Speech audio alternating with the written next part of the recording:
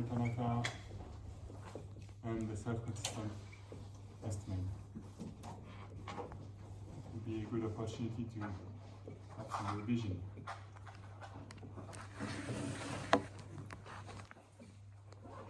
Okay, so first we'll work with the dilute case.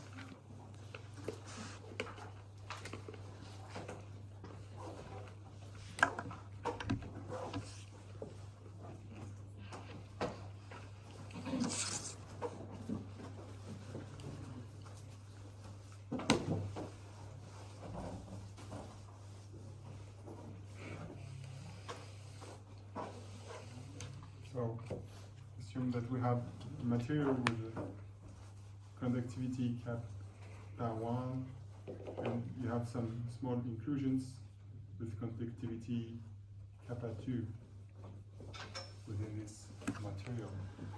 And we have a volume fraction of inclusions which is very small.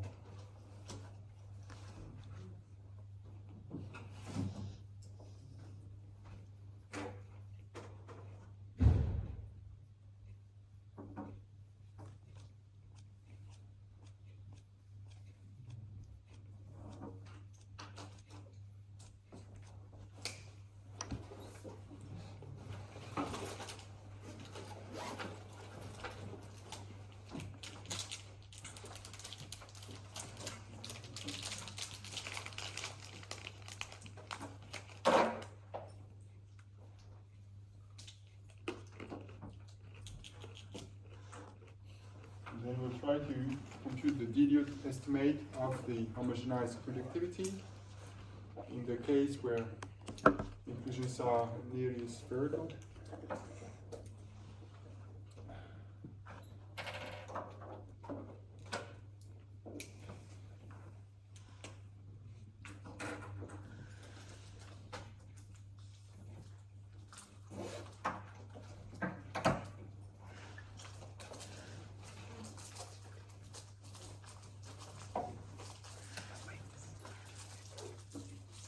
So we will assume that we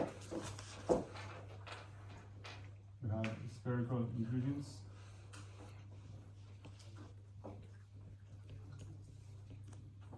and isotropic phases.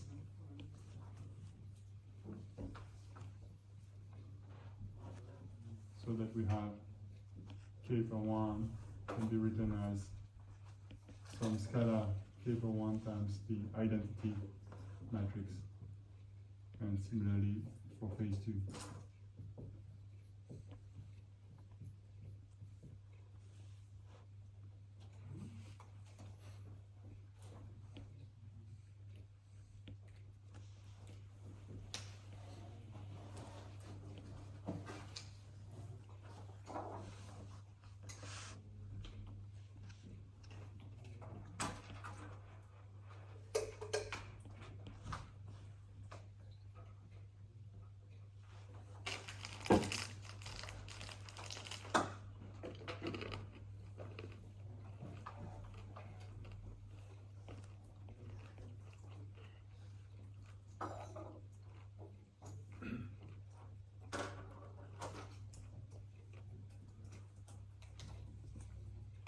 So now if we follow the same steps as on Friday, we have the dilute estimate that can be worked out from the expression of the homogenized conductivity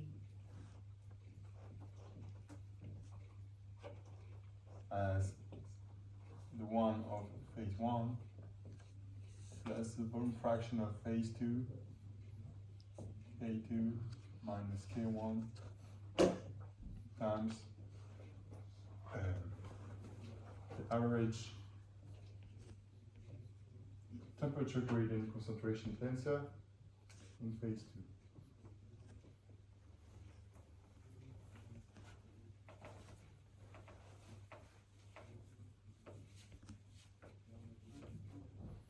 So this corresponds to what we did just before going through the dilute estimate.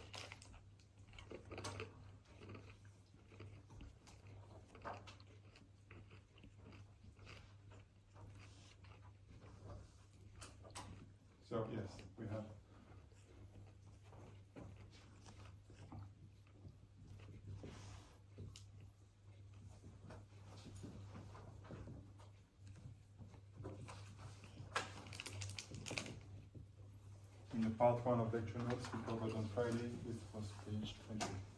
At this, we have written this for the homogeneous stiffness, but the same applies to conductivity. So now when we do the dilute estimate, we have to estimate this temperature gradient concentration tensor in phase 2.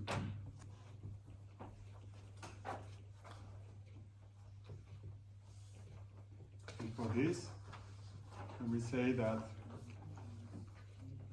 the average temperature gradient concentration tensor in phase 2 can be estimated by the one from the Eshelby inclusion problem.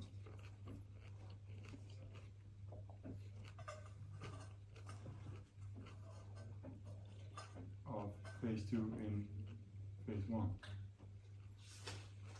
which is given from the Hill tensor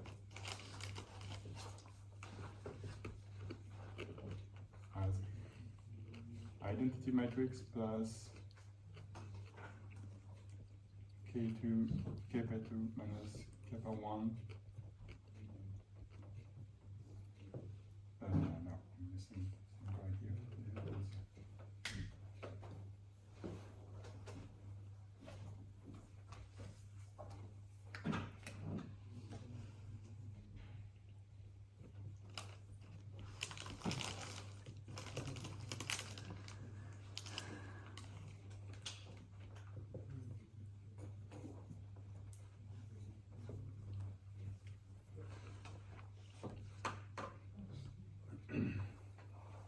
So this is from the solution of the Eshelby problem. Now, we saw just before the break that when we have a spherical inclusion in the Eshelby problem,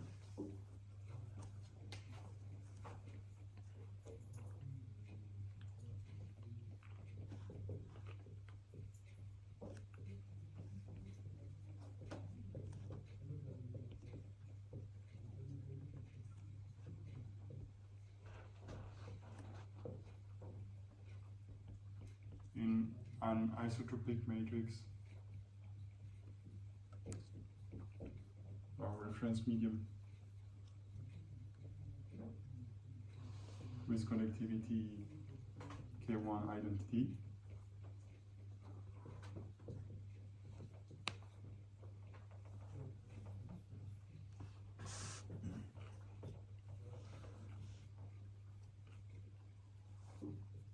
then we have the Hill tensor, which becomes P12 is 1/3 of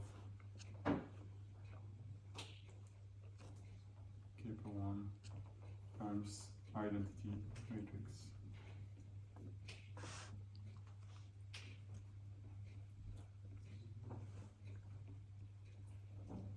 So we can now compute without difficulty the strain concentration tensor, no, not strain, temperature gradient concentration tensor for the Eshelby problem, this guy here, out of this expression. So all you have to do is to forget that you are working with tensors because everything is proportional to the identity, and you just have to write with the coefficient in front of the identity. So this would be 1 plus 1/3 Kp1 times Kp2 minus Kp1 inverted.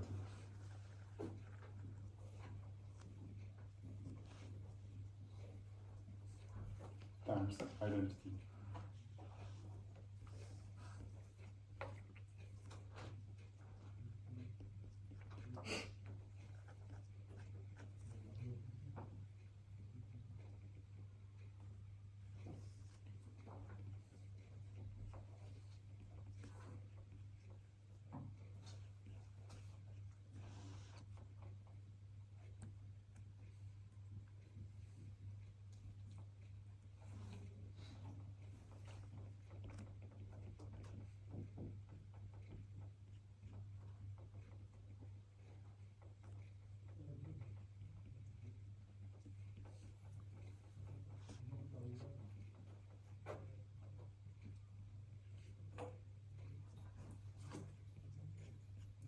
So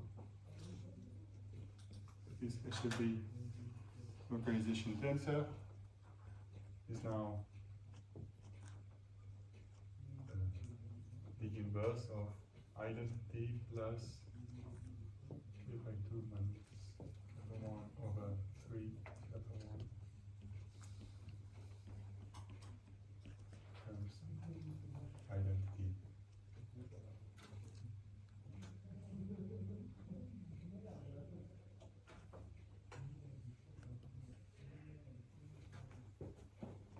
So we can simplify this, put everything to the same denominator, and then invert, so you get 3 kappa 1 over 3 minus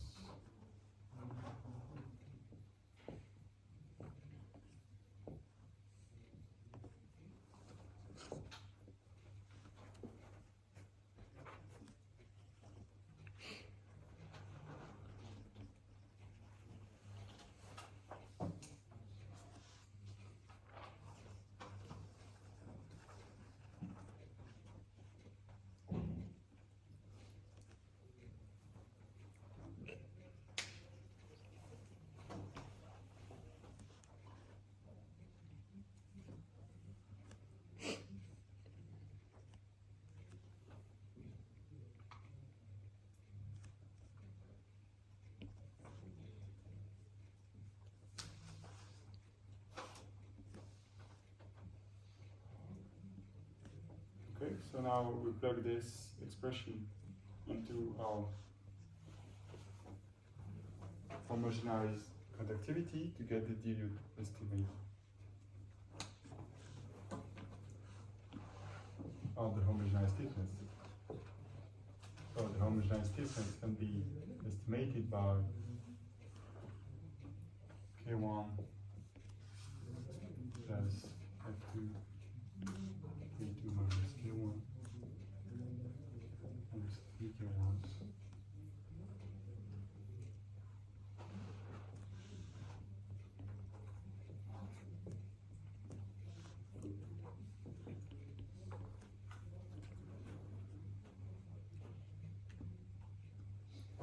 Okay, and that's it.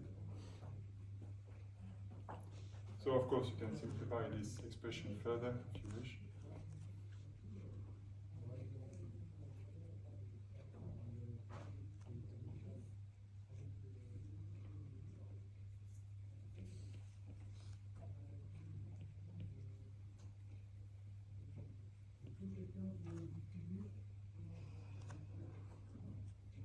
So now we can see what happens if you have some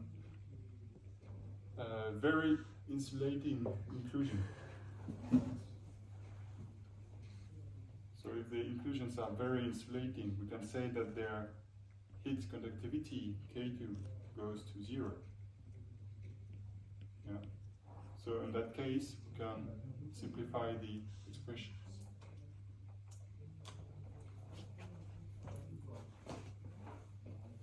So we can draw the following limiting cases.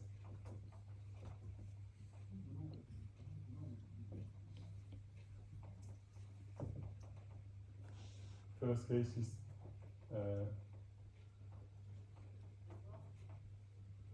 insulating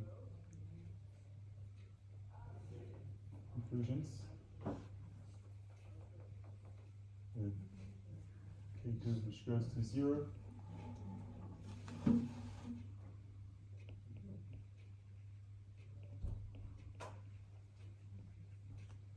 Then we get the homogenized stiffness, which is estimated by kappa 1 times, we can factor here, so 1 plus C0 minus F2 .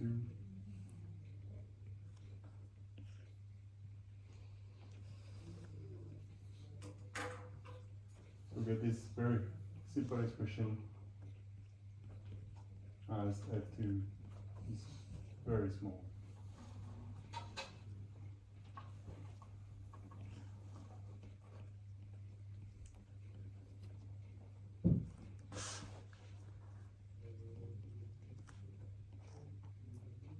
is kappa or T? It's all kappas. All kappa. Yeah.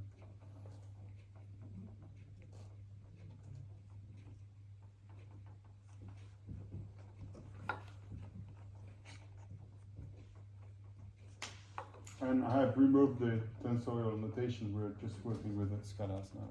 Okay. And drop this.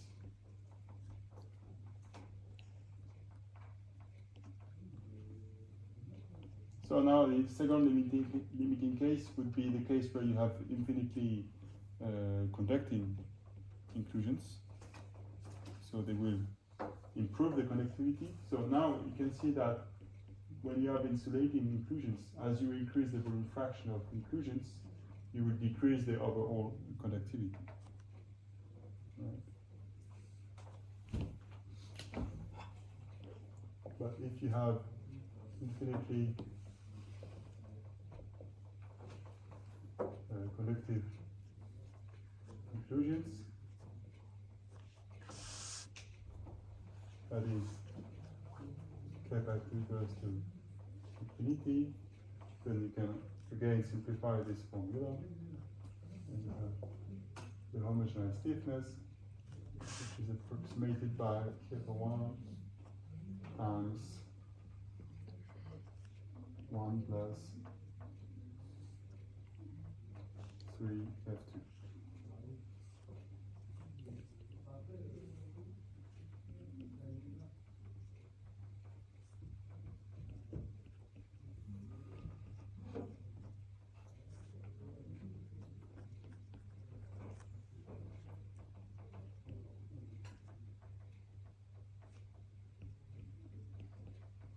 Just by taking the limit in the expression at the bottom. Okay, so if we go now as a function of F2, the homogenized conductivity, we start from the one of the matrix, K1, and in case 1 we have something like this. So 0.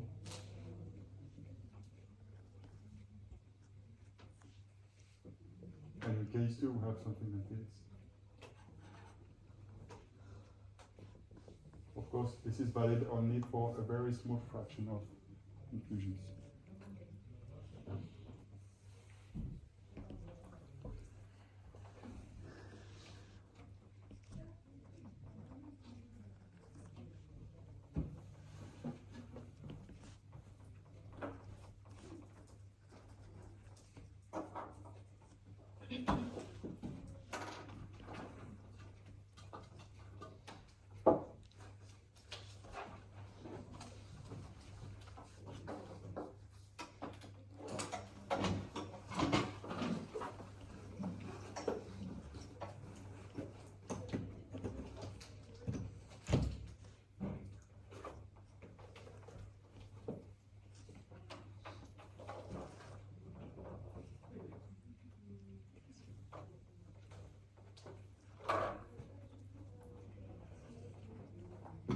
Okay, so now we'll go towards the Mori-Tanaka estimate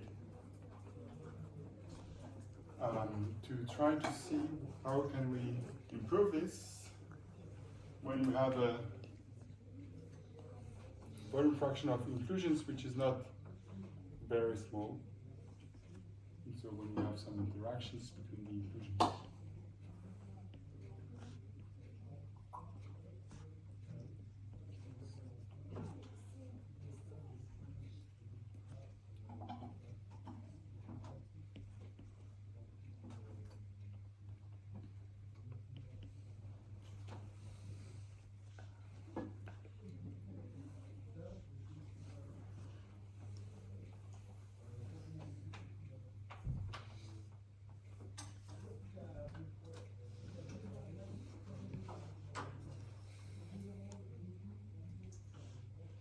Did you have some questions? Is this only F2 in the car? F2? X-axis? Yes, it's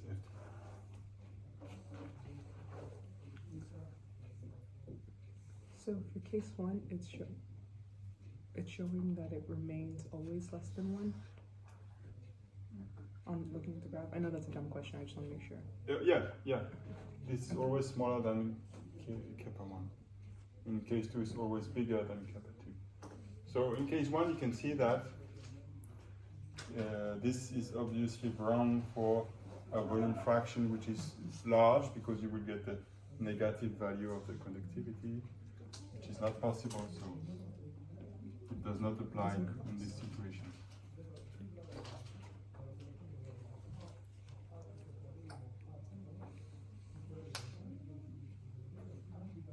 And we saw on Friday that this dilute estimate is the first order expansion of a better estimate, which is the Mori-Tanaka estimate.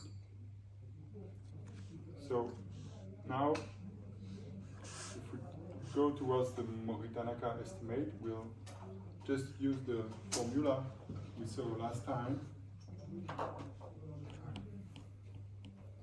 and try to use it directly.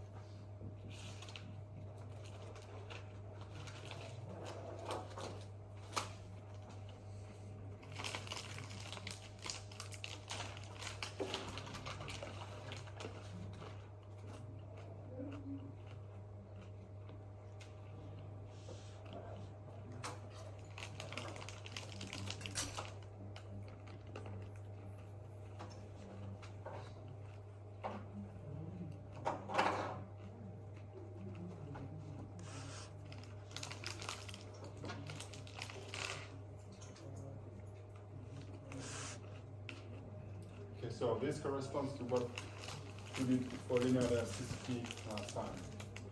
And now we go towards the Mori-Tanaka estimate. So Mori-Tanaka estimate was yes, this one.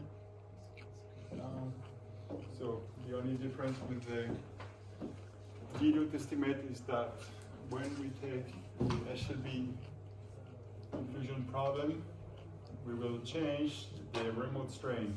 We will no longer take it equal to the macroscopic strain, but we will take it equal to some auxiliary strain which corresponds to the average strain in the matrix.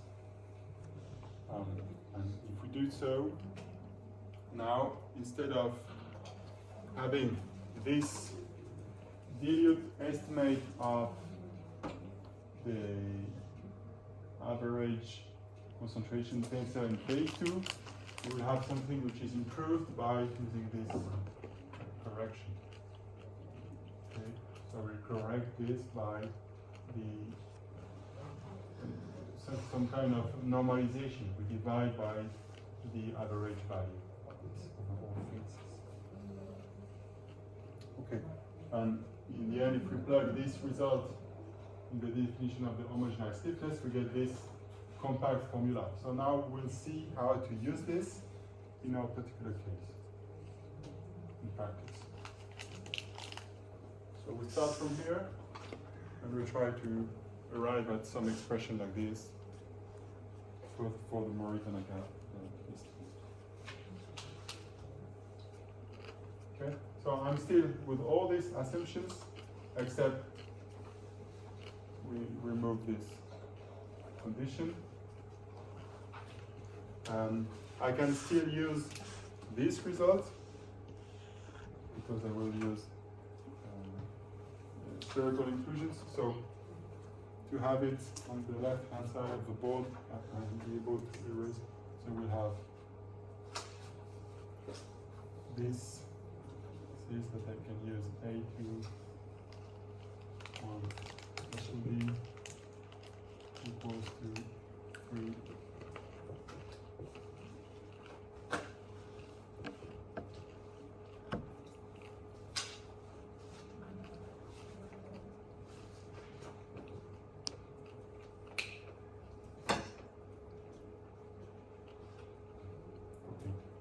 So I will use this.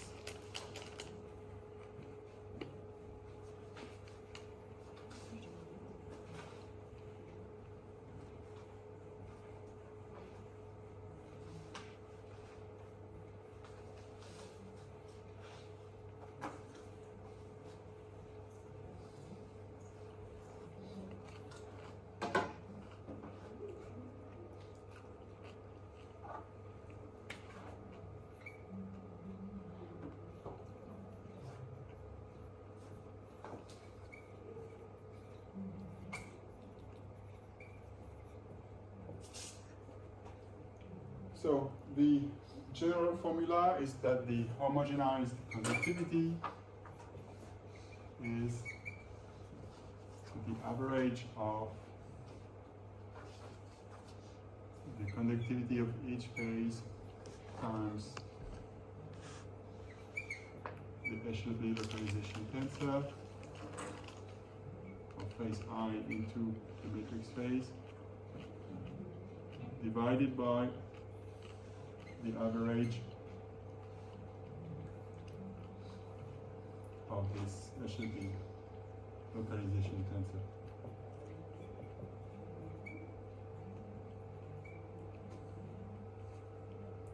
So in our case,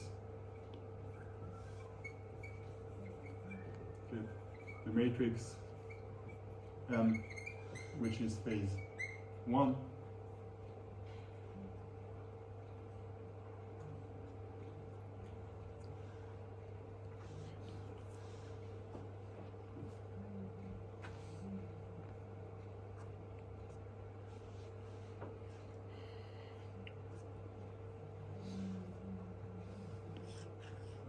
so if we consider the right part of this expression,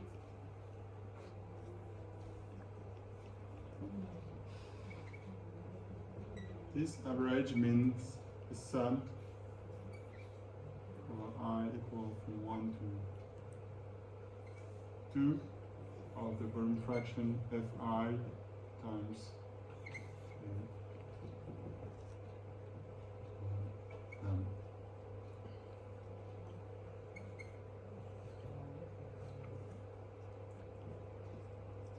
oh, let's forget about this and write it directly. So we get F1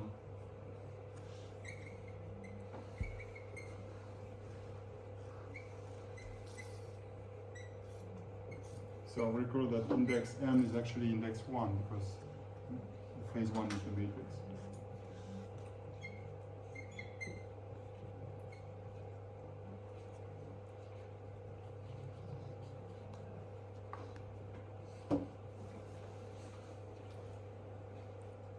Okay, so this is the volume average. Now it involves quantities related to the matrix on the left and for the inclusions.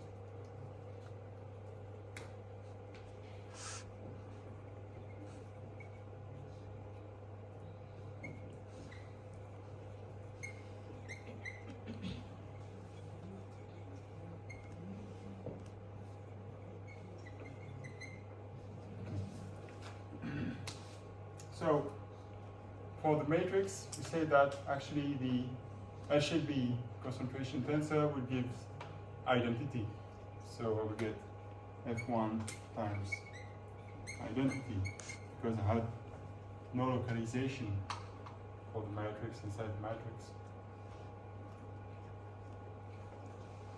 You can see it as a specific case of having K2 equal to K1 in this formula. In which case you will get 3K1 over 2K1 plus K1. So it cancels out to give you identity. And the second one is this one.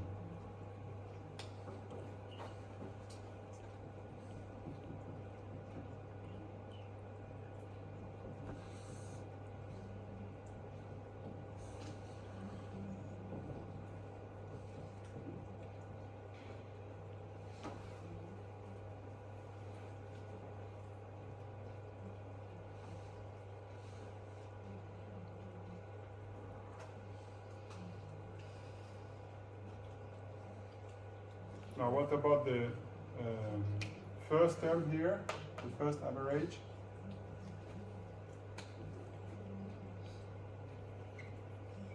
Ki times aim. Well, it will be the same thing, but you have to multiply by the conductivity of each phase. So in the end, I will get F1 K per 1 identity plus F2 K by 2 times 3. The mistake here is the 1. K per 1.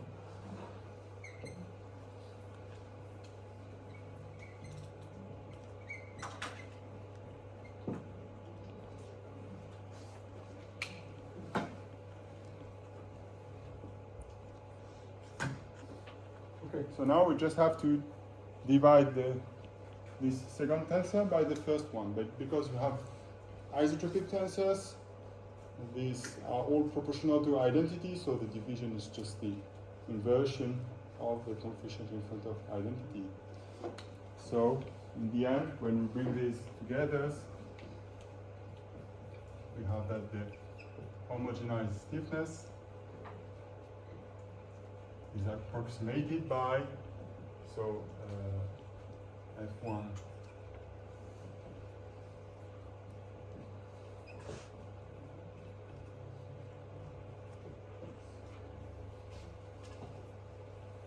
F1 plus F2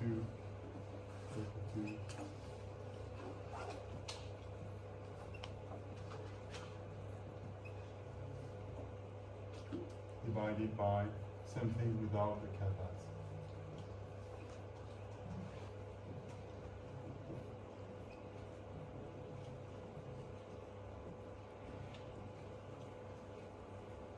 Well, some nasty expression you could simplify if you wish.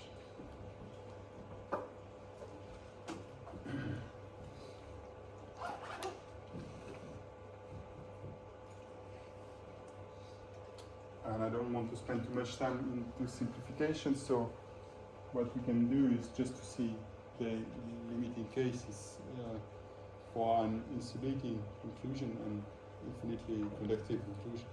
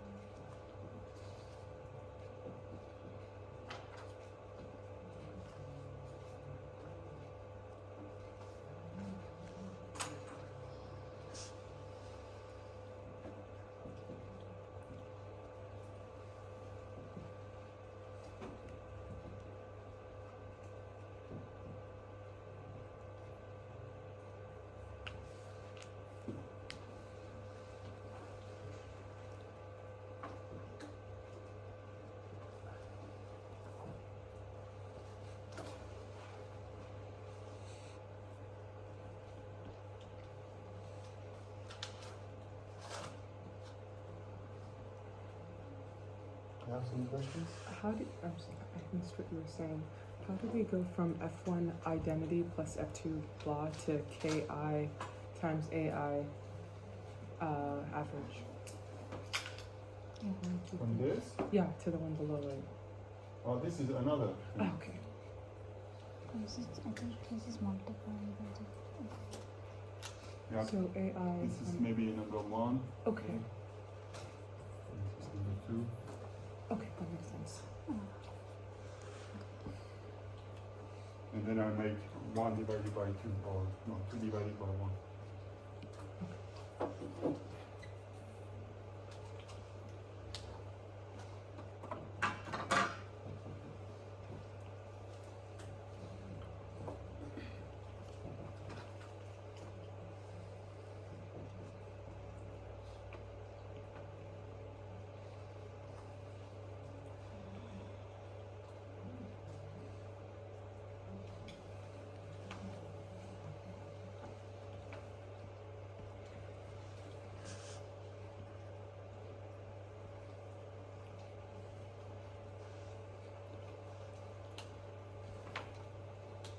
Okay, so this is our final result, estimate.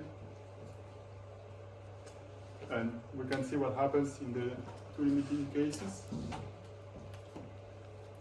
So in the limiting case 1, if we get kappa 2 which goes to 0, and in the case 2, kappa 2 which goes to infinity. How do these expressions simplify?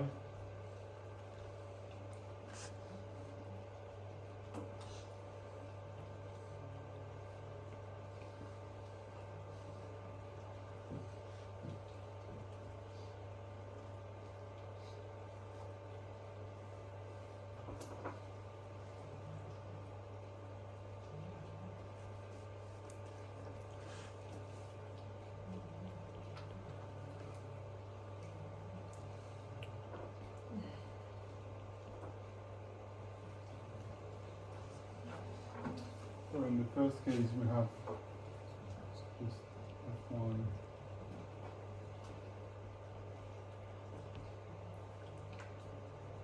1 divided by f1 plus 3 alpha.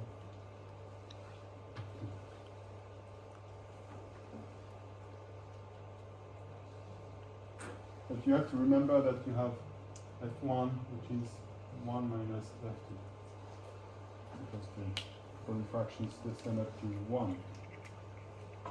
So you can replace in the end in this expression.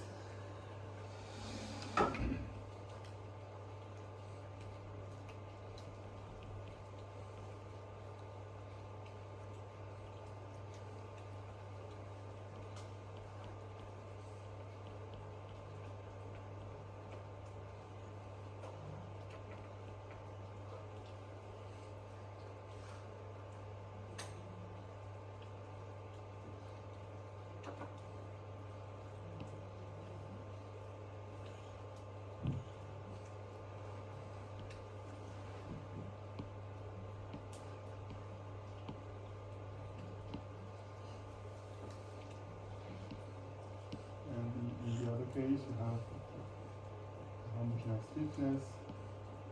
So let's make the simplification as K2 goes to infinity. This guy goes to 0. So I get K1 times 1 plus F2 over F1 times 3.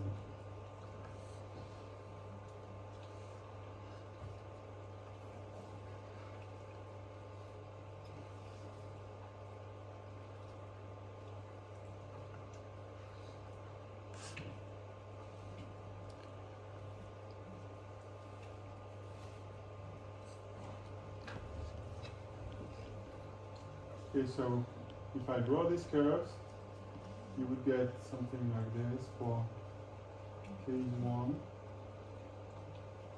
which goes all the way down to 0, only if the refraction of inclusion is 1. And that is for the case of insulating inclusions. And for the case of conductive inclusions, you have something that is with an asymptotic line which diverges towards infinity.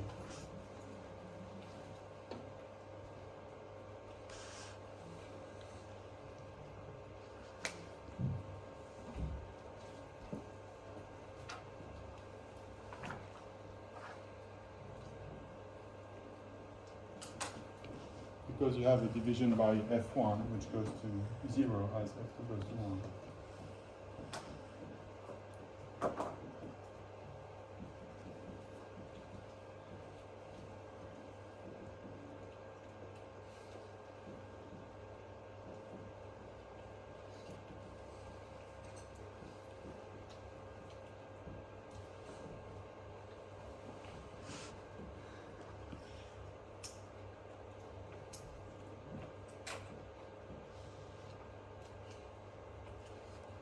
You have some questions on this?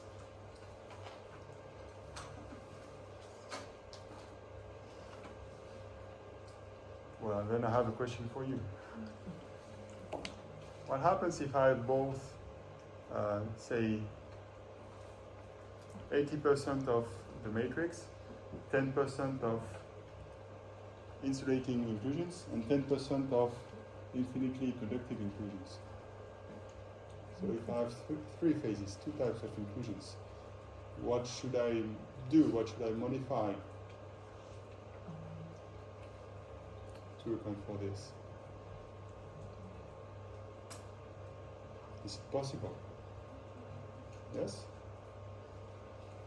So you just have to say, okay, maybe phase one will still be the matrix, phase two would be, okay, say the soft inclusions, no, not soft, insulating inclusions, and then you add another phase three, which would be the infinitely conductive inclusions. So you have three volume fractions, F1, F2, F3, 80%, 10%, 10%, that sum up to 1 again. And so we modify this term number 1 and this term number 2, you just add another term to have this. Why is it impossible then? Yeah, it's possible. Oh, I thought you said it was impossible. What was the question? Is it possible? And the answer is yes, we can do it. Yes, we can. It's a word. Sorry. Sorry. I have a question. So for the insulating case in this one, is it F1 plus 3 by 2 F2? Because for the last one it was 1 minus 3 by 2 F2. So it's Yes, different. but the minus was on the On the- numerator and this is on the denominator. Okay, yes, yes.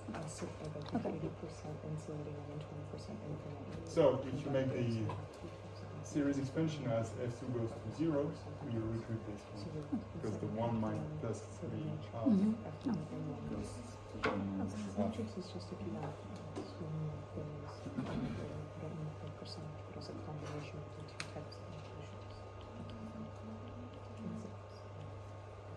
So, okay, Mauritania scheme corrects the predictions of the dilute scheme when we have a volume fraction of inclusion which is not infinitely small. Asymptotically, as you get towards almost 100% of inclusions, you retrieve the properties of the inclusions. So 0 for phase 1 and it diverges to infinity for phase 2.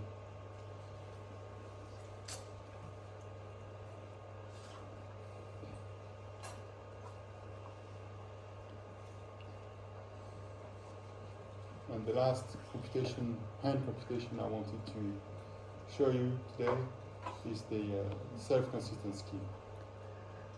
And then we'll stop the hand computations and come back to the lecture notes.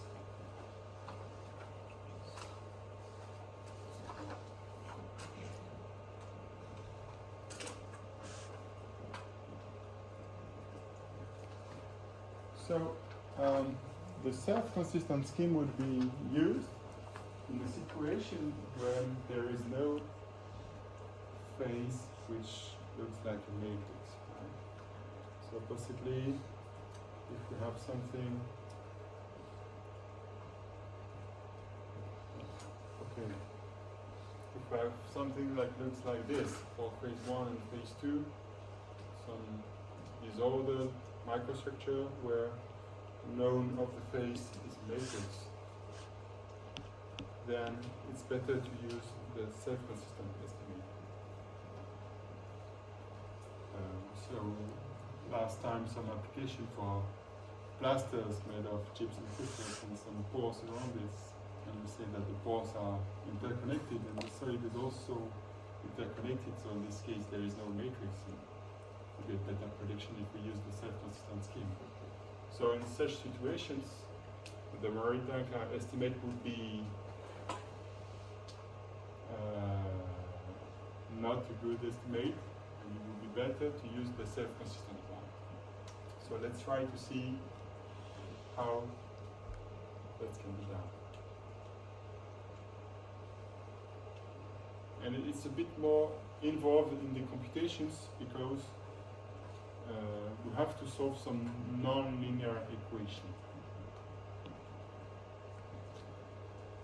So let me come back to the general expression of the self-consistent scheme. And if you look at this one, this expression here, it looks very much similar to the one we have for the Murray-Tanaka estimate. The only difference is that now the reference medium is not a matrix, but it is the homogenized medium. So we don't know it. So it is the solution to some nonlinear equation.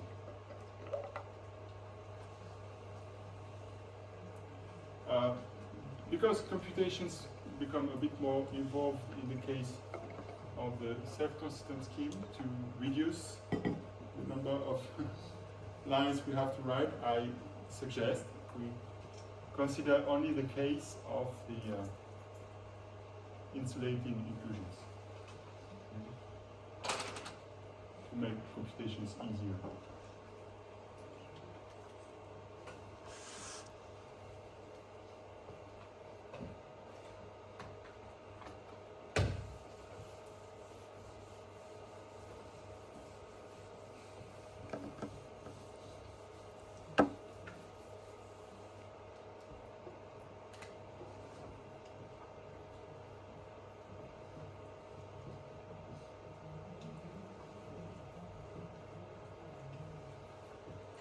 So to simplify computations,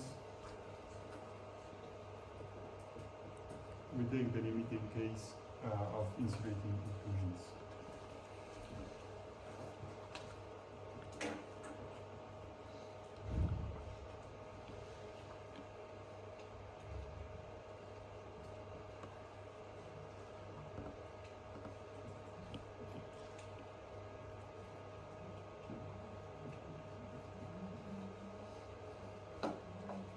So the situation is as follows. We have some material which is with no matrix, maybe something like a granular medium, and you have okay, some of these crystals, they are phase 1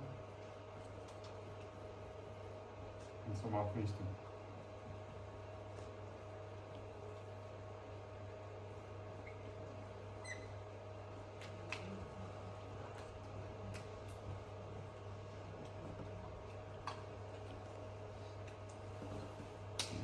To represent this, we will use two HLB problems.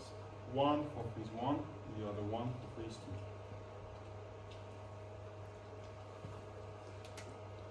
So we will model this using two HLB problems.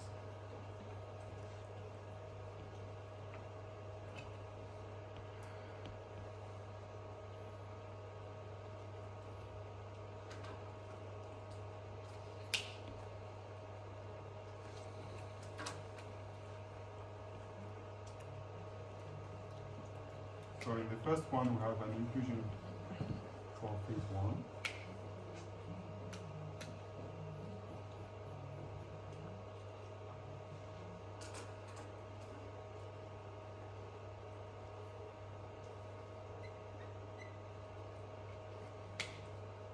And in the second problem, we have an inclusion for phase 2.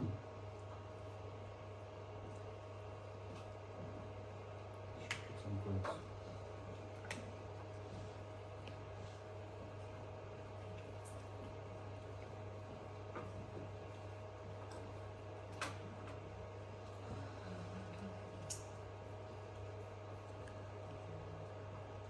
K2. In our case, it goes to 0.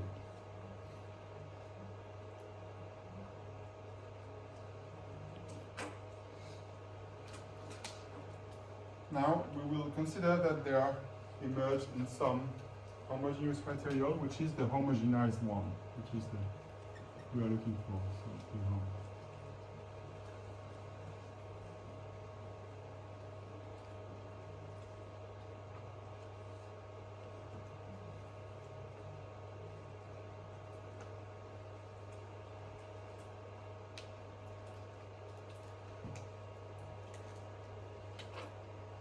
And for both problems, we will assume that we have the temperature gradient which behaves as some microscopic temperature gradient or remote.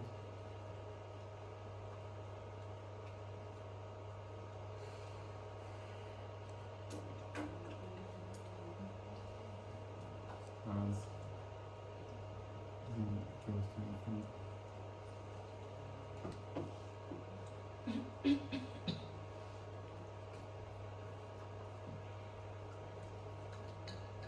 Sorry, it's the temperature.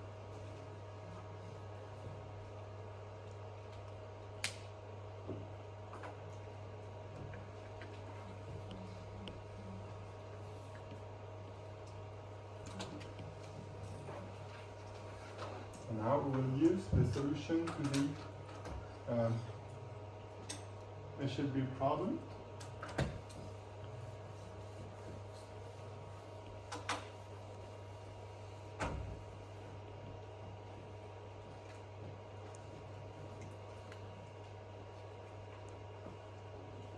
So now for each phase I,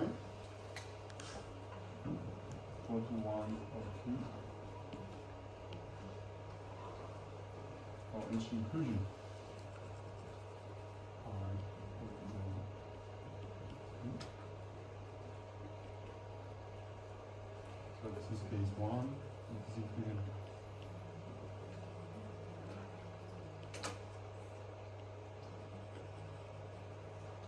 What is the HLB concentration tensor I should use here? Remember this?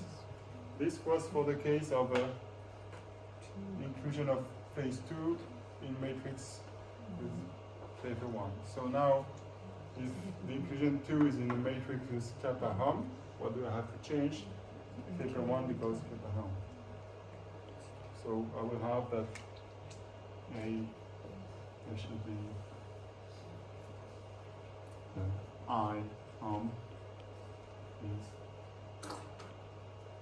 3k homogenized divided by 2k homogenized plus ki.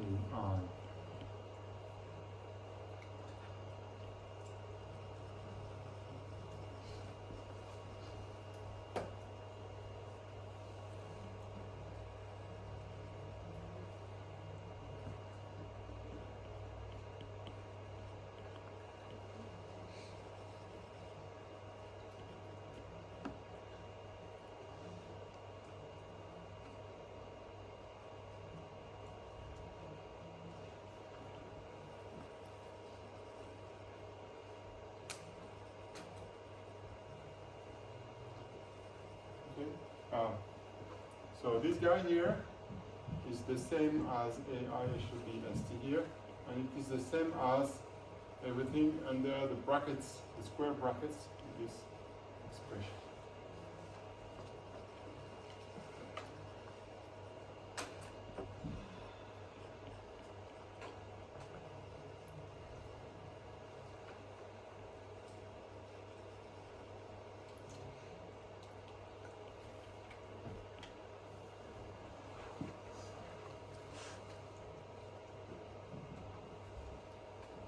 So now there's two ways to do. Either I use this formula, the one here, which looks like the one we use for the Morita-Naka scheme. Either I use the one which is here, which is a bit different, but it is faster. So do you want the fast version or the slow version? Which one is it interesting? Okay. Fast version. Okay. This here is the same thing as here, as this. This is also identity plus P I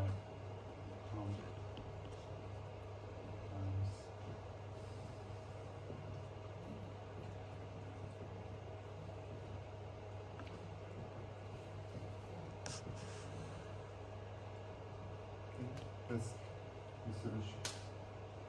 So the same guy as this bracket here. Okay. So now if I want to use the self-consistent estimate, I just have to multiply by CR minus CAC. And then to make the sum. So the self-consistent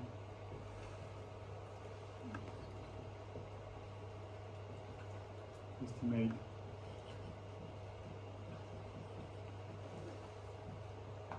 of K-hom is solution to the nonlinear equation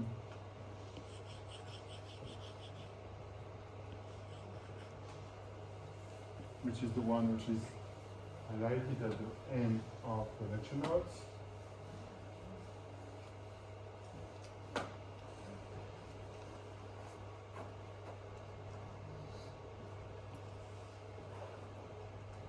K for I minus K home times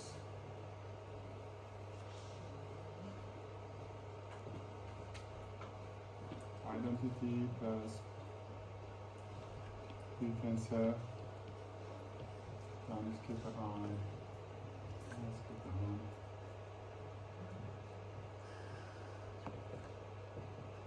equals to 0.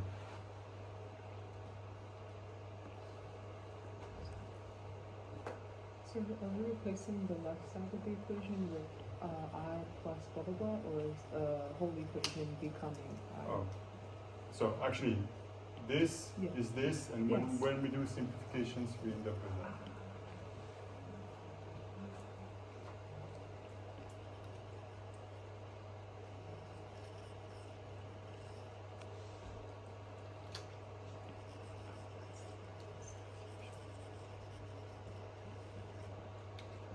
Okay, so now when we have this, it means that I have volume fraction of phase 1 times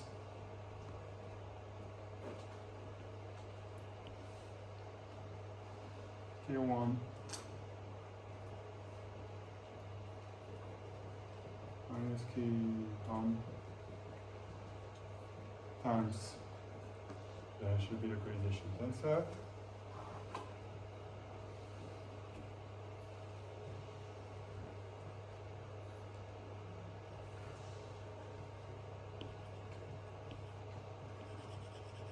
And the same thing for phase 2.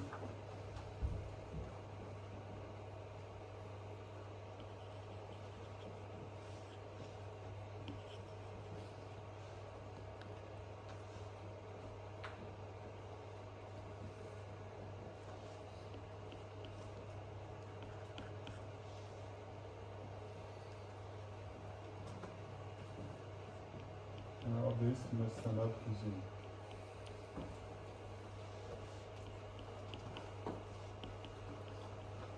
And because here everything is expressed as some constant times identity matrix, I will drop the tensors and just work with the scalars from now on.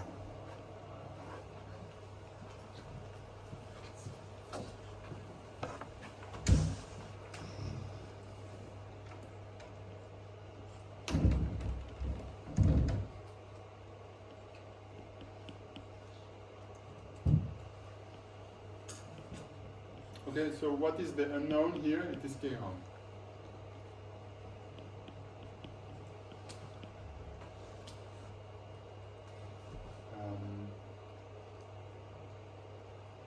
So this is a nonlinear equation, and there are several solutions to these nonlinear equations. They have negative solutions, positive solutions, and even zero solution. Actually, if you take K-hom equals to 0, it is a solution. One of the multiple solutions.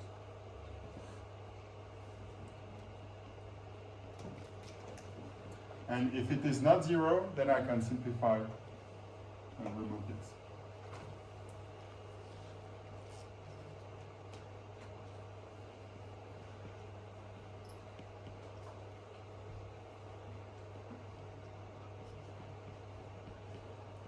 or I can simplify like this by 3k home, 3k home.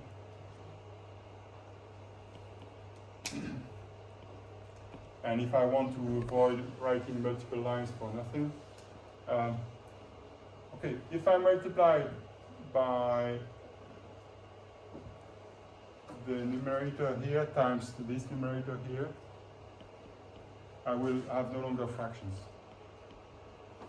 And in the end, I will have a second order polynomial. So I multiply by numerator of the first term times denominator of the second term.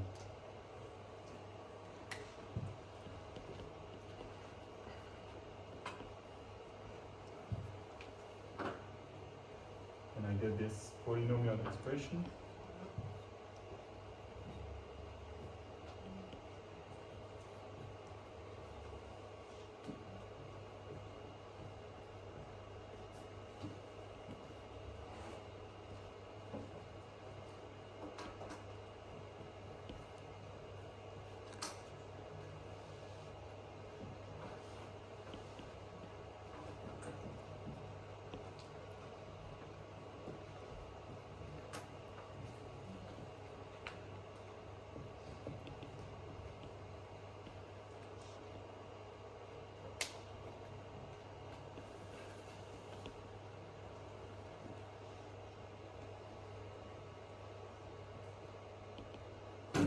Okay, so this is a second order polynomial.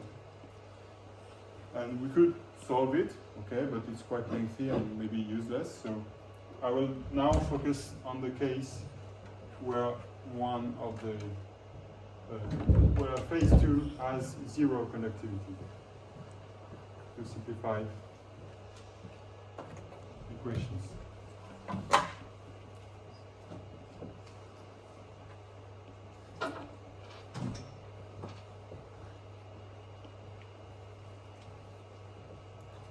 So in that case, in the first term here, the first parenthesis, k2 goes to 0, and I get k harm as a factor. And in this one as well, k2 goes to 0, and I get k harm as a factor. But because it is different from 0, in that case, I can remove it, and I will get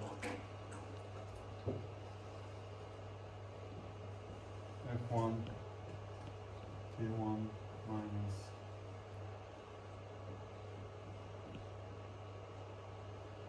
f1 times 2 times k1 minus k harm plus f2 times there's a minus here.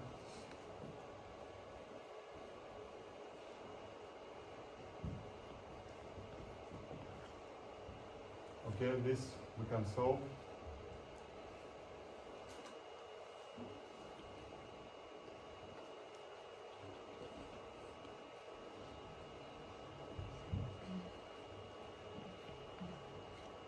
Becomes a linear equation.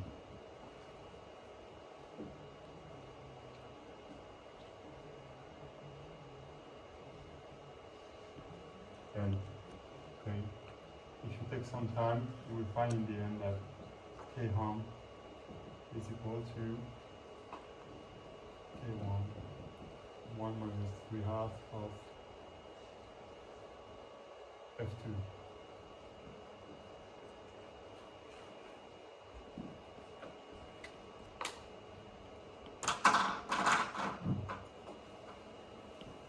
And so, this is the same expression as the dilute estimate.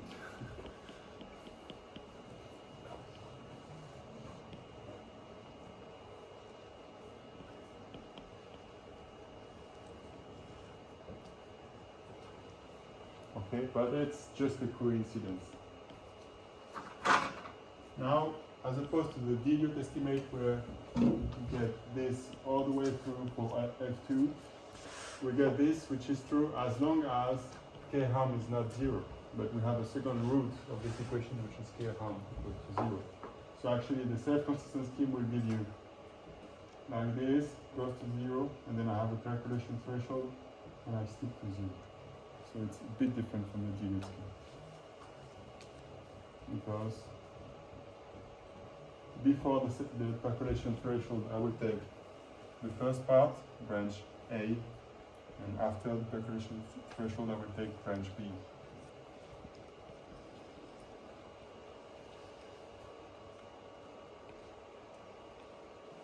Okay. So it's not very spectacular, this result. It's because we simplified a lot of things, and it is a coincidence. If you take the opposite case, the case of the infinitely conductive inclusions, you would have also a percolation threshold of 2/3, and this goes like this to infinity as the room fraction goes to 2/3.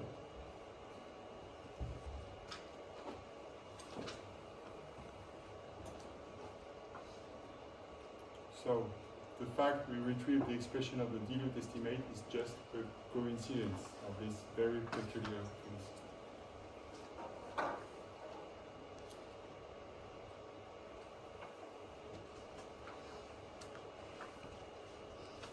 I have a dumb question. The equation below or, is that for k home equals 0, but before you actually plug in k home equals 0? So I Yeah. remove this, then Yeah. I multiply by this times this. That's if, So for the first term, since I multiply by this, this goes out, and I multiply also by this, which goes here. okay. But if k home equals to 0, then why is k home still present in the equation? In the, No, k home is not 0 in that case. oh, It cannot be 0. So Oh, either okay. k home is not 0, or it Or is it is. solution to this. ah, So I get branch A or branch B.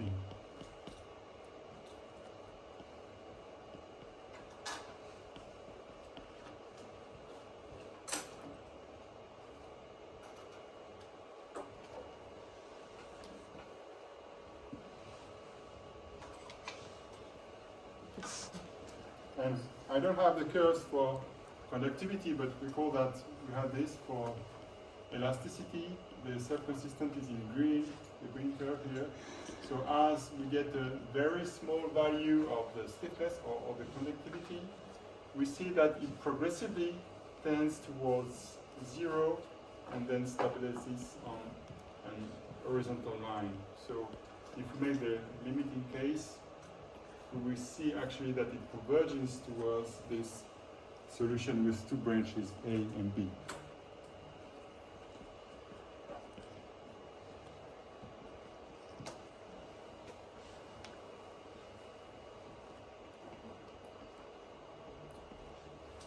Right, so these are some examples of computations we can make using these schemes. Of course, in this very short class, I could only focus on problems with spherical inclusions and isotropic constituents, but it can apply to much more complicated situations. The only thing is that computations get nasty, and you better have a computer to do that. They are nasty, but they are lightweight. You can get the result in less than 1 second, as opposed to full field simulations using FEM, where you have to wait for hours because you have to handle very, very large representative volume elements. So still it has some interest.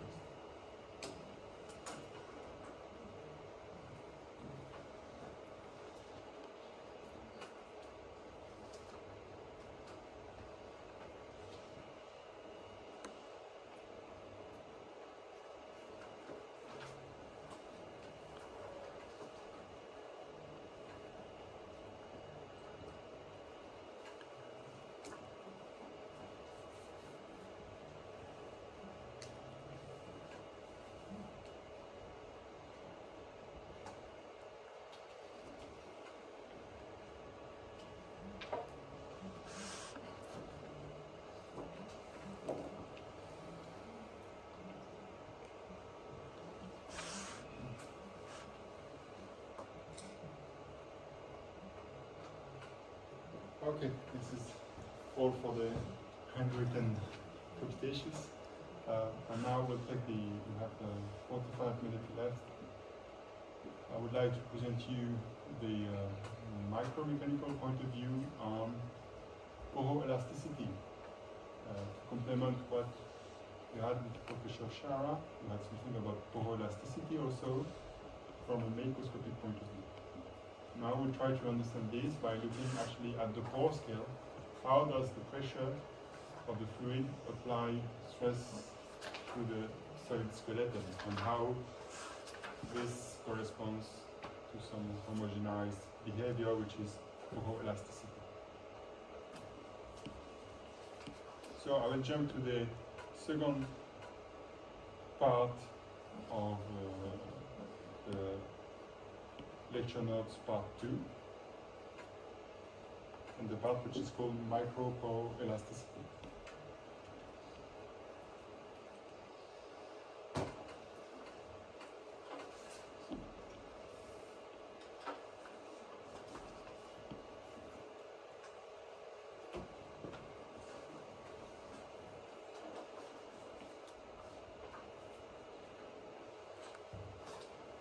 Just wait a bit because I see you're all still right here.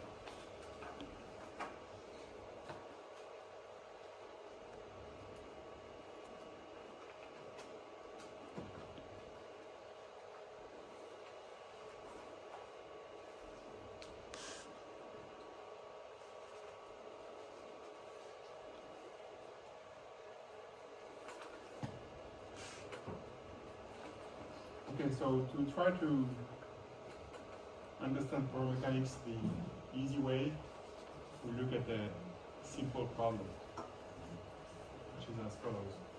So, this example is taken from the book by Luc Dormieux, which was my PhD supervisor. So, in that case, we try to understand in poromechanics. We have a porous medium, which comprises a solid part and a fluid part, and the two interact. So the easiest way to think about this is to say you have some ball to play, okay?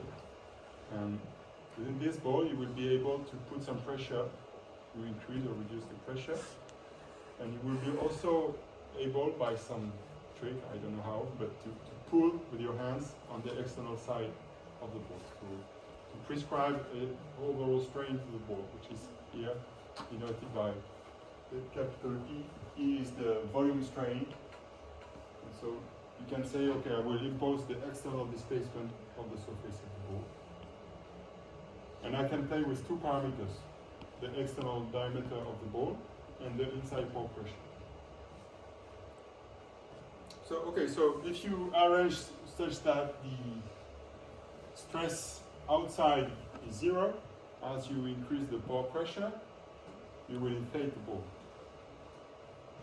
Now, if you do the opposite way, if you put your ball into some device that constrains its displacement, and you have zero overall swelling of the ball outside, and you just put pressure in the ball, what will happen?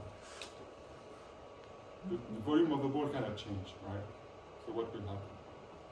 Well, maybe the pores will expand a bit and the solid will get compacted. And in all cases, this pressure will transfer to the external walls and to the device that is constraining this displacement. So if you constrain the displacement, you will get a stress, because you constrain the displacement and you have internal pore pressure. So if you have zero macroscopic strain or zero macroscopic displacement, you will have some average stress due to the pore pressure. Now the other way around, if you forget about the pore pressure, you can think of this as an heterogeneous medium, as we did last time.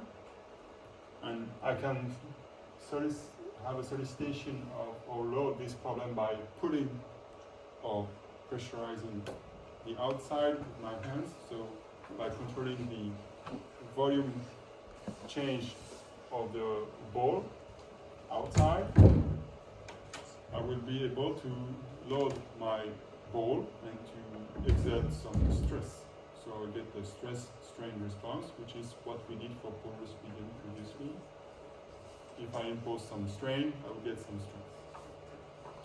So now the thing is that we have two loading parameters. This volume strain externally and this pore pressure.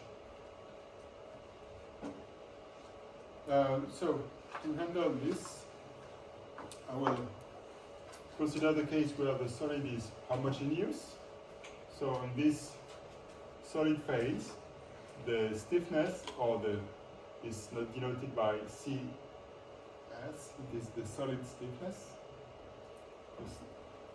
And I get a linear elastic relationship between stress and strain in the solid part. Now in the fluid domain, the stress is not controlled by any strain but by some pressure. It is proportional to the pressure in the identity matrix.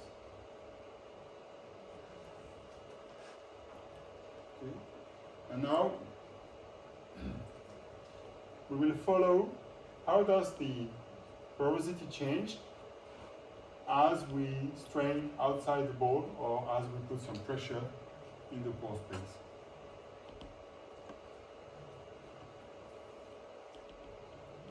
So this type of problem you can actually solve it because you have a spherical symmetry, so you can use spherical coordinate system and solve this mechanical problem. You can solve it by hand and the solution is provided in this textbook.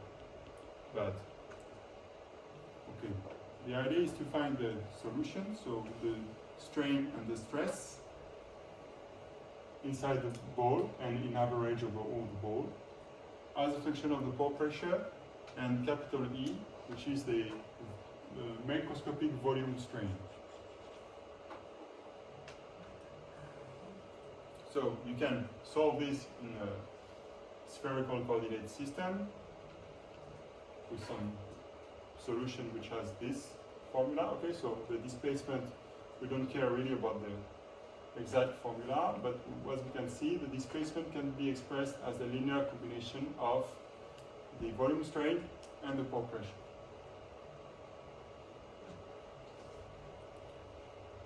So if we compute the strain and afterwards the stress, and we perform the average, we will get at the end that the macroscopic stress, which is the average stress over all the domain, including the pores and the solid, would be proportional to the volume strain, capital E, and the pore pressure P.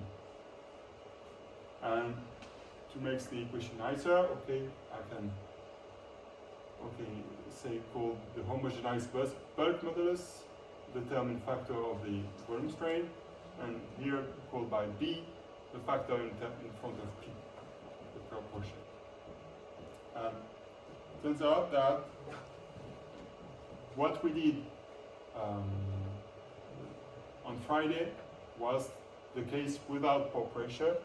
We saw that we have a proportionality sigma bar equal to homogenized stiffness times E. This is what we did on Friday. Now we add a second term, the pore pressure.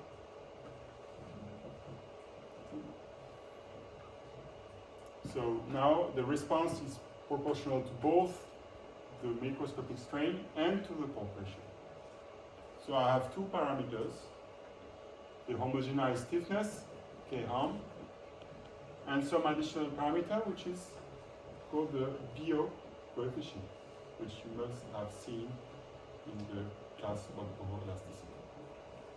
So the BO coefficient is what? It tells you if you have zero macroscopic strain, so if you constrain the outside of your ball to have low displacement, and you put some pore pressure, you will get an overall stress of your ball. And this stress will be proportional to the pore pressure and equal to B times P.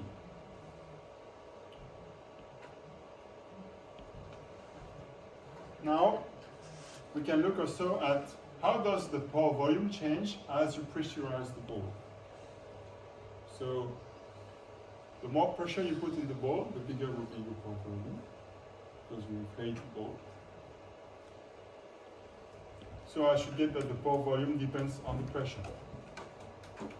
And also, now if you pull on the outside of your ball and prescribe some microscopic volume strain, capital E, you pull on your ball, you will expand your ball and you will increase the pore volume as well. So you have two ways to increase the pore volume. Either you pull outside of the ball with your hands, either you increase the pore pressure. So the response, the variation in porosity, the porosity change is proportional to both how much you pull outside the ball and how much you inflate inside it. And we see again the Biot coefficient, which was here, and some additional coefficient, which is called the Biot modulus. Yeah.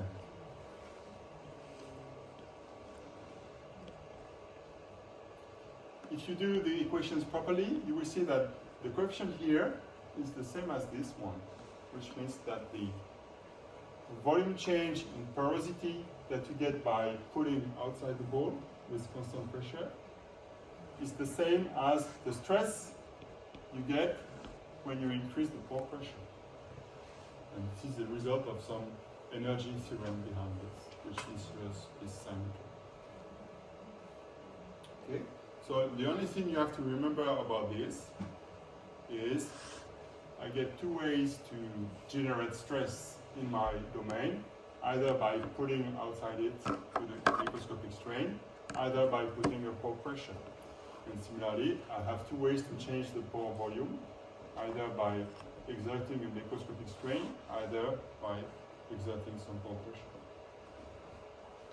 And this is all about the poroelasticity. There's nothing much than this.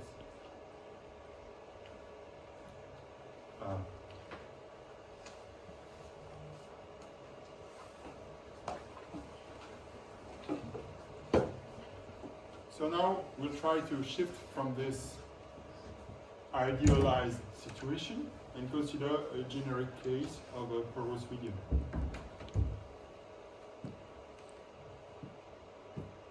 And again, we will consider some representative volume elements of a porous medium, which is taken in a big structure. This representative volume element must be much smaller than the structure and much bigger than the size of the heterogeneities. On this sketch, you have some pores here, which have a pore pressure P, inside, which is the same inside all pores. And actually, you better think that these pores, they are connected to each other. Okay? It's not apparent in my drawing, but you have to think in 3D. These pores, they are interconnected and they all have the same pore pressure.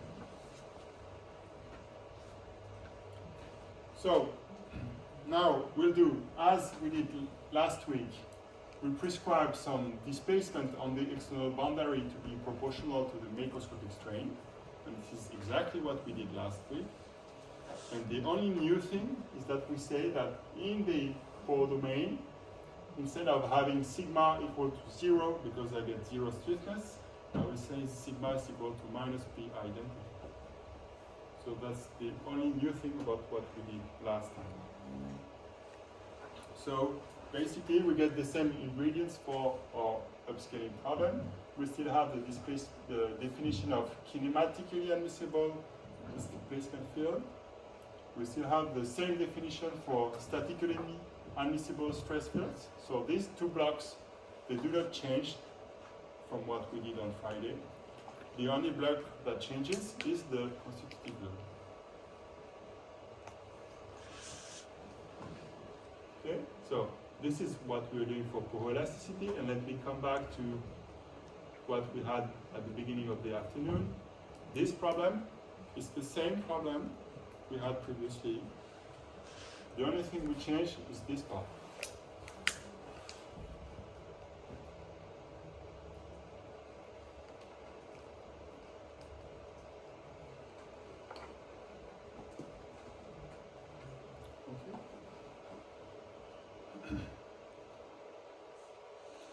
So, to handle this problem, we will use this function, which is called the indicator function of the pore domain. This function IP is equal to 1 in the pores and to 0 in the solid. So it's this step function. And if you take the average of IP, you get what? You get the initial porosity. You get the porosity. So using this function, we can say that in the end, the stress from all these cases is always on the form stiffness times epsilon with 0 stiffness in the pore minus pressure times IP times identity. So this combines these two equations together thanks to this indicator function of the pore phase. Okay. So now look at this problem. You have only two loading parameters, the macroscopic strain and the pore pressure. And this problem is linear. So the response of your microstructure to these two loading parameters will be linear in each of these parameters. So let me come back now to the two steps we saw last time, the concentration and homogenization, and just add one thing. Last time we had only macroscopic strain here and macroscopic stress here. Now we add the pore pressure as a loading parameter and the dual quantity or the energy conjugate quantity to the pore pressure will be the volume change in porosity change. So now we have two loading parameters. We load our microstructure, solve some homogenization problem, and we get a result, displacement, strain, stress, which is proportional to both E and P by linearity of the problem. Then we will perform some averages of the stress to get the macroscopic stress. And we can find the change in porosity by doing the average of the volume strain, which is the trace of the strain, times IP. So actually we take the average only in the pore phase, which means this, because IP is 0 outside.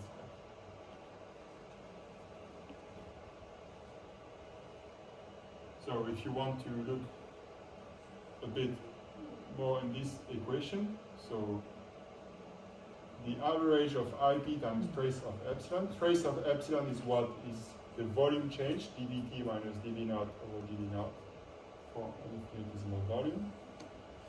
Because in the average I get 1 over omega integral over omega, the RVE, but this integral we have a quantity that vanishes in the solid domain, and it is only non-zero in the pore phase. So in the end, it's the same thing as integrating over the pore phase and not over omega.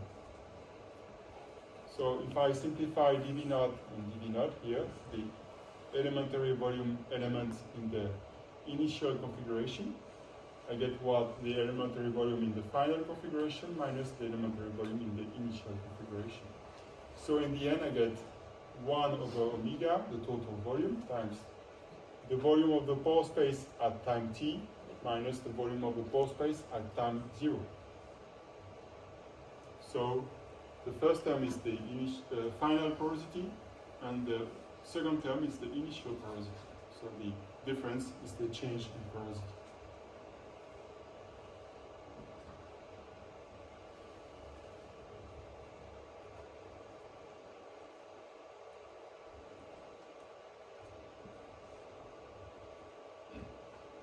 Okay, so two loading parameters and two work conjugate quantities, microscopic stress and for volume change. So in the case of linear pore elasticity, this problem is linear.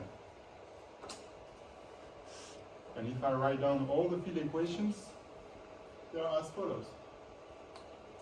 So my two loading parameters are the pore pressure and the microscopic strain. Recall that because IP is 1 in the pore and 0 in the solid, this term lives only in the pore space. Now this problem, you can split it because it is linear. You can make a superposition principle.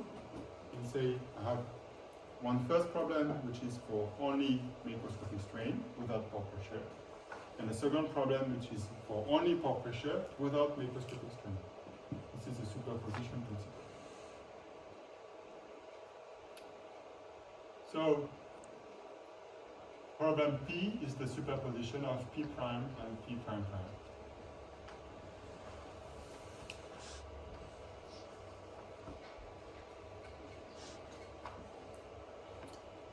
Now what is problem P prime? Well, it is exactly the homogenization problem we had on Friday.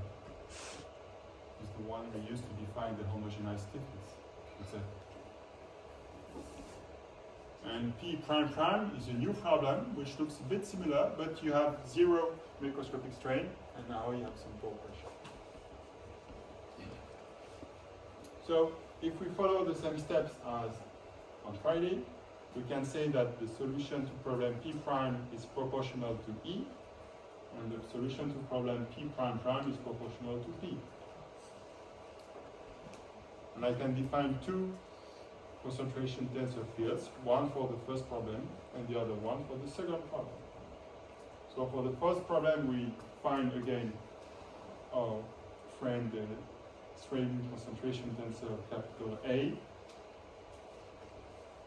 And for the second problem, we get another strain concentration tensor, but now it relates the pore pressure to the strain in problem P prime prime. And the total strain epsilon is the sum of these two guys. So, okay. What can we say about the average of epsilon prime?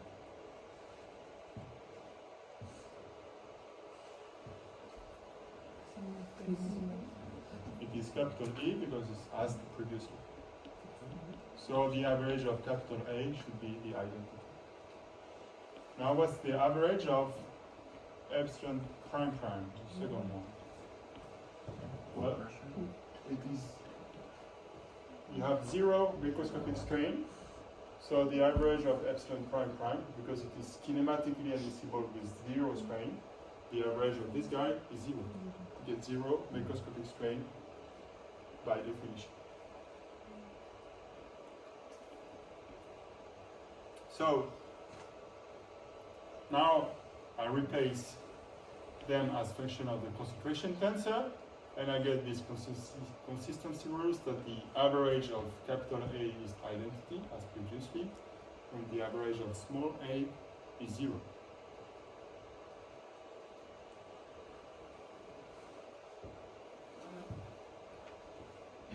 Okay. Now let's look at the stress.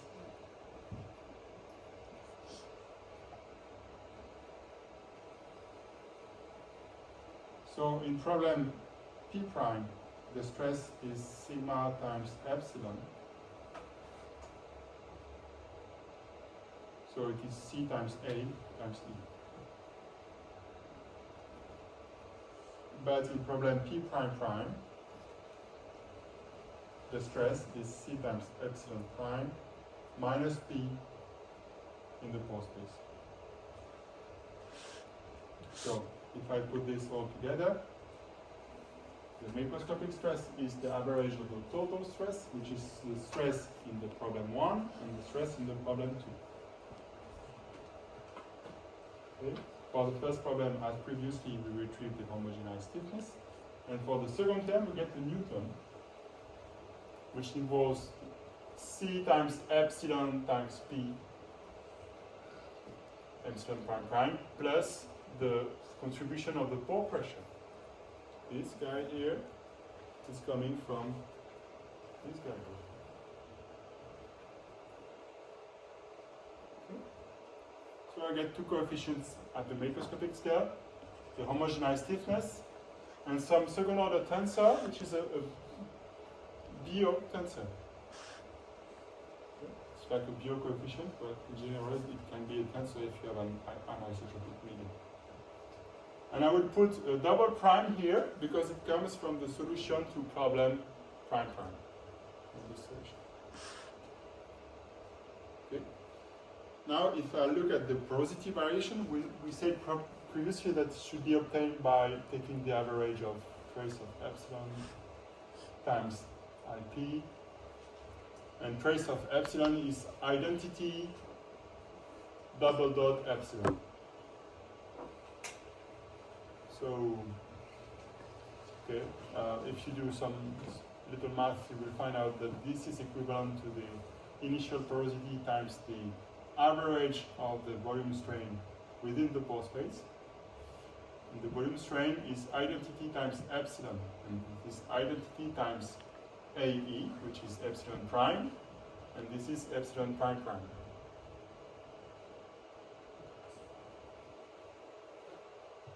So AE is epsilon prime, small AP is epsilon prime prime. Okay, so if I look at this from a bit far, I get something times E plus something times P. Okay, the first one, let's say it's called B prime. This should be some bio tensor. And the second one, I will call it minus 1 over n, where n is the bio models, macroscopic bio models.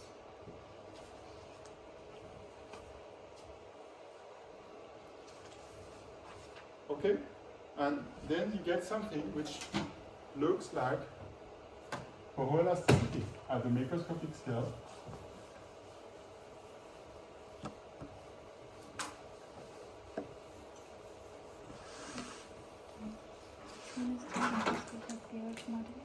Which one is the microscopic field modulus? You get macroscopic photoelasticity. He said something was the microscopic field modulus. So we get sigma, which is C times E minus B P.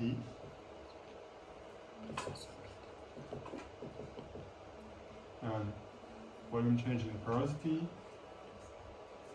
Porosity change is B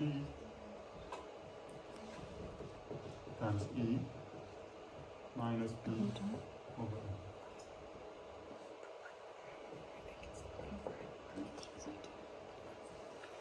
This is the Bureau tensor. And in case isotropic, you have B equal to B identity. And we call this the Bureau coefficient.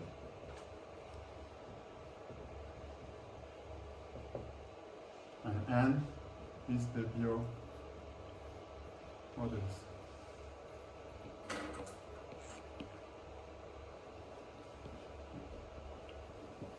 So the Bureau modulus gives you the porosity change as a function of the pore pressure.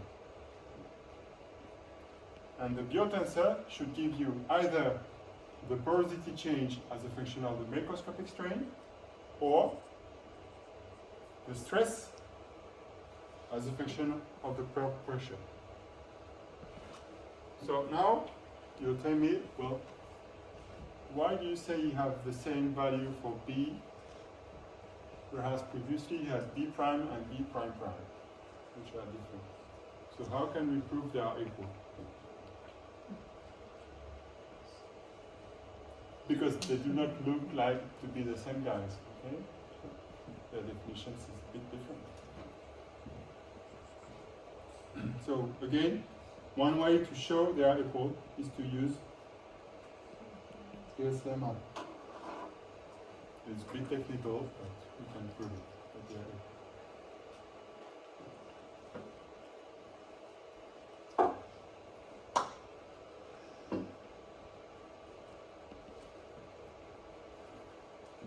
Sorry, I wrote this on the blackboard because I had forgotten it was on the lecture notes.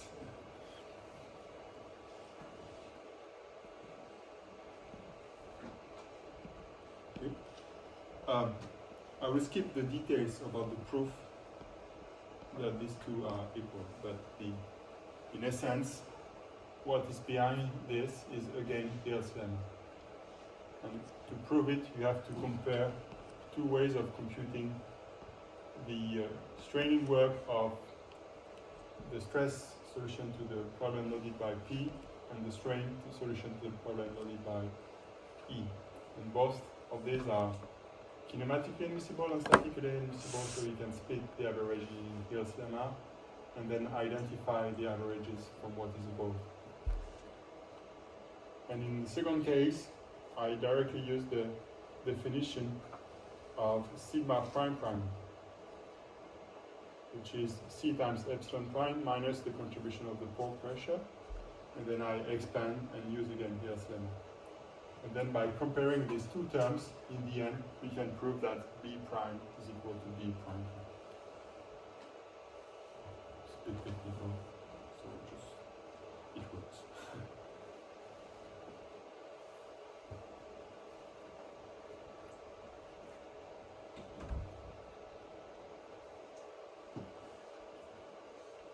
So now the good news is that we have a methodology to compute the homogenized stiffness using Morita-Naka scheme or self-consistent scheme. So we could use the same methodology to compute the Biot tensor and the Biot modulus. So we can compute the homogenized value of the Biot tensor and the Biot modulus using, again, the same schemes as what we had before. And actually, in the case where the solid is homogeneous, there is a relationship between all these three parameters. And this relationship, we can see it from the definitions which are in here, and thanks to this equality of B prime and B prime. So let us consider the case where we have a two-phase material containing a solid phase which is here homogeneous with a homogeneous stiffness Cs, and a pore domain with zero stiffness and some pore pressure P. So the homogenized stiffness is obtained in the case where you have no pore pressure. It is the drain case. You have no fluid in the pore. Is empty. And in that case, we saw last time that the homogeneous stiffness is the average of C times the concentration tensor.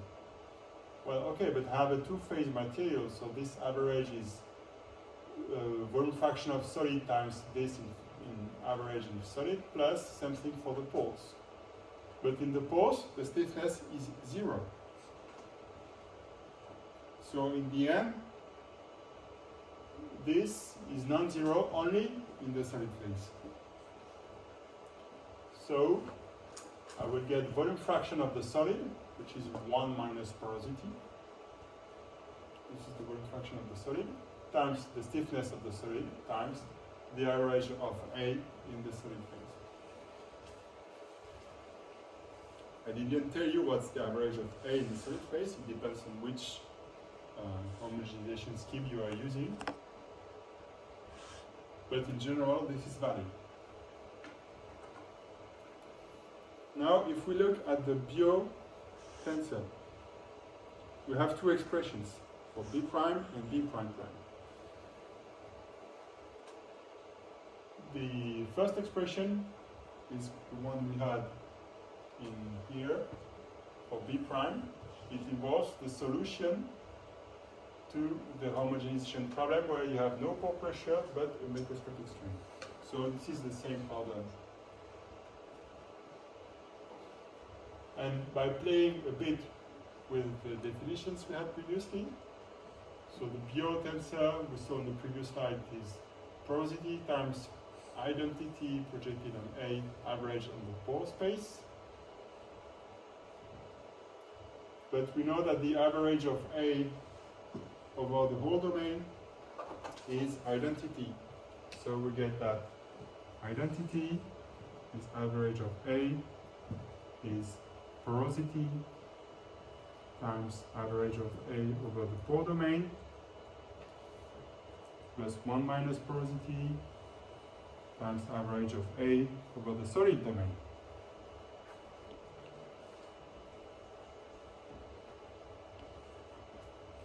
we had this previously, F1, A1 plus F2, A2.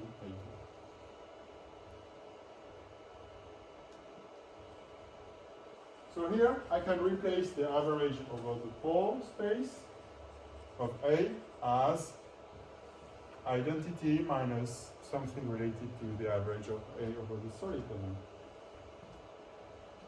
But in turn, this one is related to the homogenized stiffness. So there is a way to relate the biotensor to the homogenized stiffness.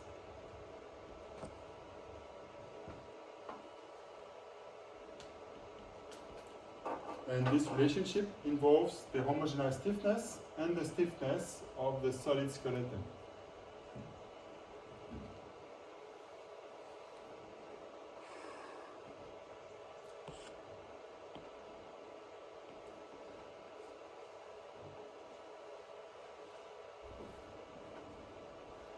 Now we had another expression of the biotensor, which was coming from problem P prime prime, is this one.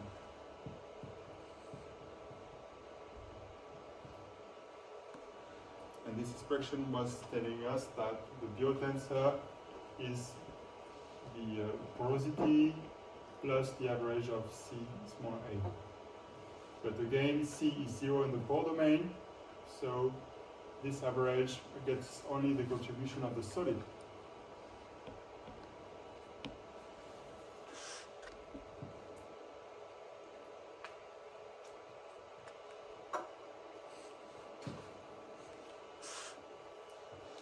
Right? And then we get the biomodulus. And what we saw on the previous slide was that it was related again to the solution of problem prime prime, which involves the concentration tensor in the pore space. And let us skip the details here, but again, you can use that.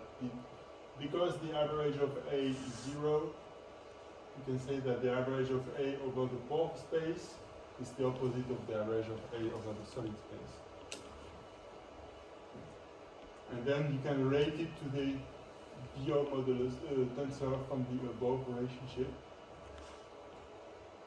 And because the biotensor is also related to the homogeneous stiffness, after some mathematics, which are a bit tedious, you can express the biomodulus as a function of the porosity and the homogeneous stiffness and the solid stiffness. So they are all related. And this is something that the thermodynamic analysis from a microscopic point of view, as you've done with Professor Shara, is not telling to you. To get these relationships, you have to go at the microscale and to upscale properly, and then you get these relationships. So this is some new added value as compared to the microscopic thermodynamical analysis.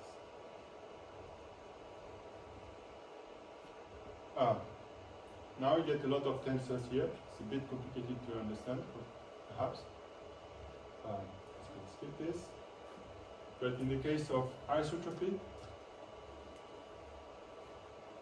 actually the relationship you get in the end is that the Biot coefficient, because your Biot tensor becomes a Biot coefficient, is related to the homogenized bulk modulus and the bulk modulus of the solid by a simple formula.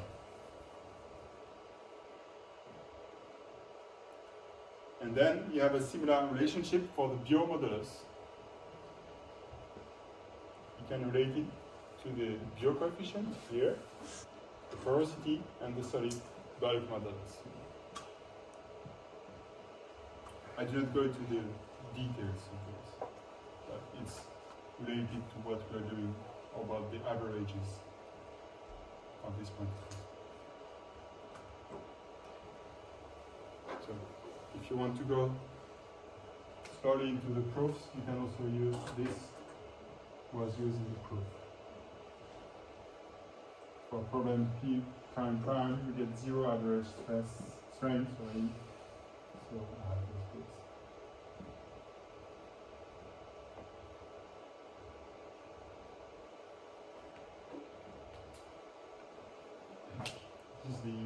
you need to come up to these results. So the good news is that if you have a method to compute the homogenized stiffness, you will get the Biot coefficient and the Biot modulus for free.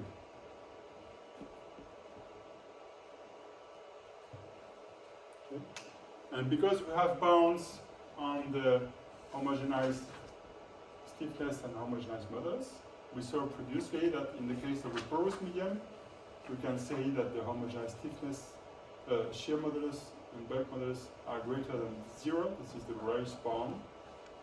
And they are smaller than the average stiffness, but the average stiffness is volume fraction of solid times stiffness of the solid, because you get no stiffness in the pores. So the void upper bound becomes simply this. And from these bounds, you can figure out that the Biot coefficient must be between 1 and the porosity. And the inverse of the bulk of the Biot modulus must be between 0 and this quantity.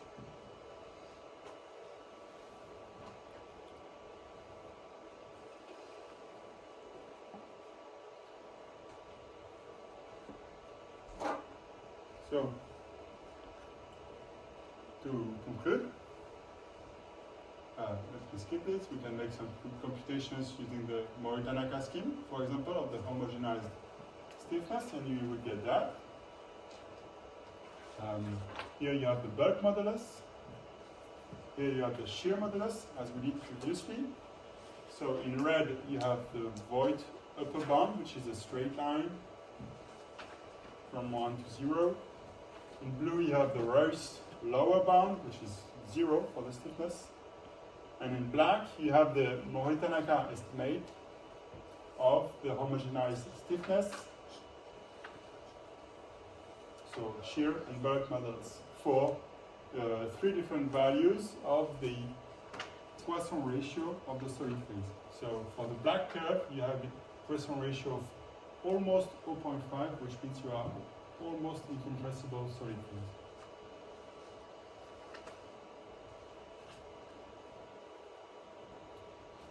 And then, from these estimates and from the relationship between the Biot coefficient and the bulk modulus, you can compute the Biot coefficient using the Mori-Tanaka scheme.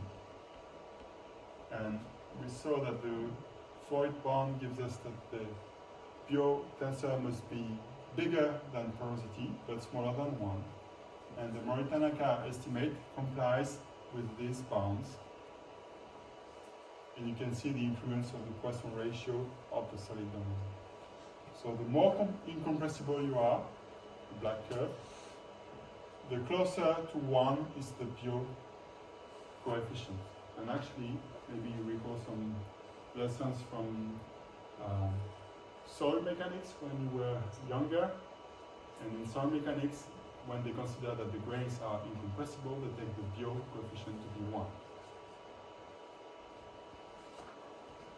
And the last result is for the inverse of the Biot modulus, 1 over n, as a function of porosity. And this one has a non-uniform trend as a function of porosity, first increasing, then decreasing.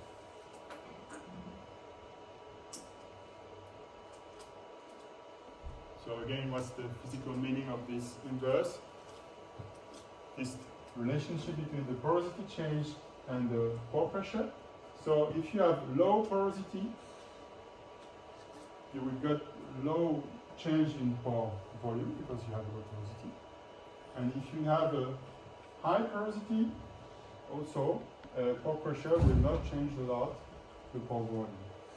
And you get, because you constrain the total volume to be equal to a constant.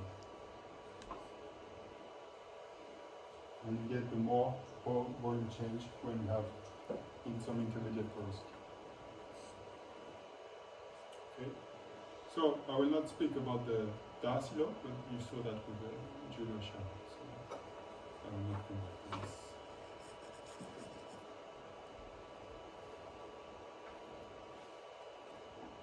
Okay, so this last part was a bit fast. I should have taken more time to go into the details. But At least it gives you some hints about core mechanics. And it gives you some perspectives of what you can do about homogenization. It's not just about elasticity, you can go much farther than this.